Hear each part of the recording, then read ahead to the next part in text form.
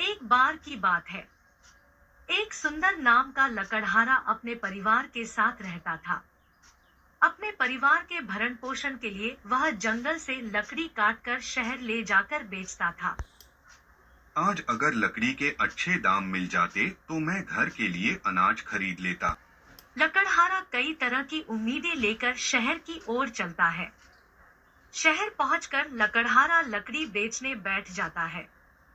पूरा दिन बीत जाता है, लेकिन उसे कोई खरीदार नहीं मिलता है। आज अगर लकड़ियां नहीं बिकी तो मैं अपने बच्चों के लिए अनाज कैसे खरीदूंगा। थोड़ी देर बाद एक ग्राहक आता है। क्यों भाई, लकड़ी क्या भाव दिया? 100 रुपए की सारी दे दूंगा आपको। अरे नहीं नहीं, 50 के देना है तो दो। वैसे भी इस समय अब कोई इन लकड़ियों को नहीं खरीदेगा। सर, लकड़ी का एक बंडल काट कर लाने में मेरा बहुत समय जाता है। इसके लिए 100 रुपए कम ही मांग रहा हूँ। नहीं नहीं, मैं तो 50 में ही लूंगा। मजबूर होकर लकड़हारा कम कीमत में लकड़ी बेच देता है और उस पैसे से व्यापारी के यहाँ से अनाज लेकर घर जाता है। घर पहुँचते ही उसकी पत्नी पूछती है, आप आ गए। मैं आपके लिए कब से इंतजार कर रही थी। लकड़ी बेचने में इतना समय तो नहीं लगता। बेचारा सुंदर कुछ नहीं बोलता है। आजकल कोई लकड़ी का खरीदार ही नहीं मिलता, इसलिए मैं सस्ते में ही लकड़ी बेच दिया। हे भगवान, अब क्या होगा। इतने से अनाज में कैसे चलेगा। लकड़हारा अपने परिवार के साथ खाना खाकर सो जाता है। सुबह उठते ही लकड़हारा लकड़ी के लिए घर से निकलता है। इतनी मेहनत करता हूँ, फिर भी मेरी लकड़ियाँ अच्छे दाम में नहीं बिकती हैं। इससे अच्छा तो मैं कोई और काम कर लेता। तभी लकड़हारे के सामने से एक बूढ़ा आदमी घोड़ा गाड़ी लेकर जा रहा था। वह घोड़ा गाड़ी ले जाने में असमर्थ लगता था। चलो दादाजी, मैं आपकी मदद करता हूँ।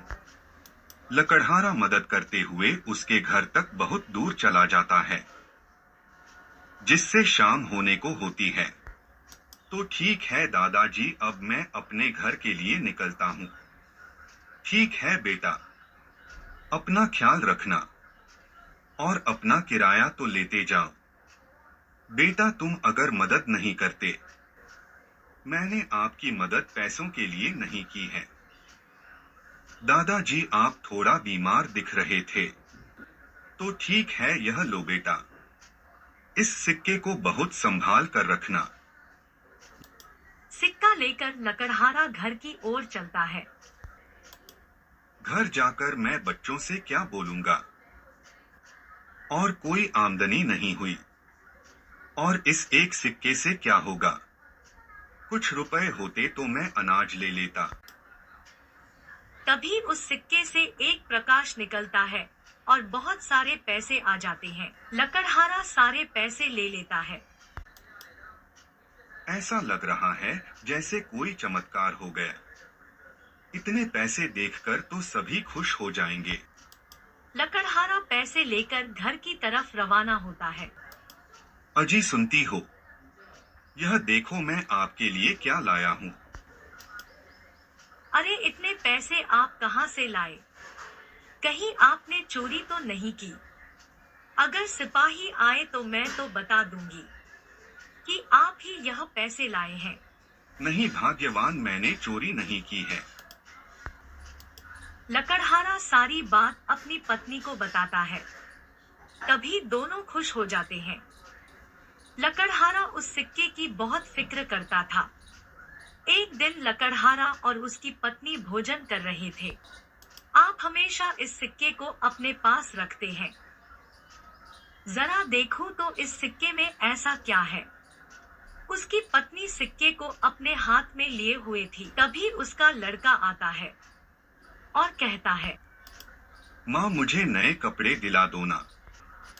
अरे, अब मैं कपड़े कहाँ से ला दूं? सारे पैसे तो खर्च हो गए।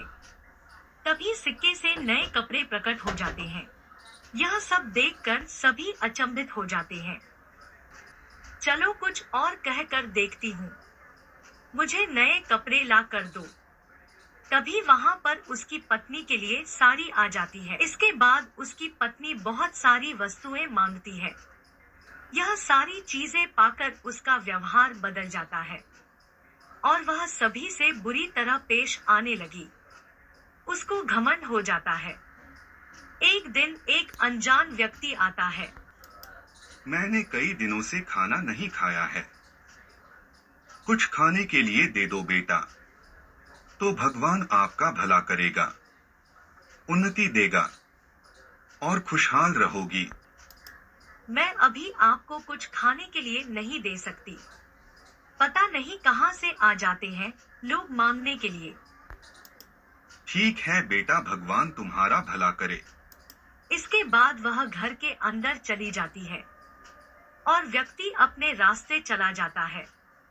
थोड़ा समय बीतने के बाद लकड़हारे को कुछ पैसे की जरूरत आन पड़ी। तब वह अपनी पत्नी से कहता है, जादुई सिक्के से कुछ पैसे ले लो, मुझे एक दोस्त को कुछ पैसे देने हैं। उसकी पत्नी सिक्का लेकर आती है और कहती है, मुझे कुछ पैसे चाहिए, लेकिन कुछ भी नहीं होता है और दोनों परेशान हो जाते हैं और बार बार प्रयास करने के बाद कुछ नहीं होता है। उन्हें नहीं पता था कि हमने जादुई सिक्के का दुरुपयोग किया है, जिससे इसकी जादुई शक्तियां समाप्त हो गई है। इसके बाद लकड़हारा फिर से वही अपना काम शुरू कर देता है।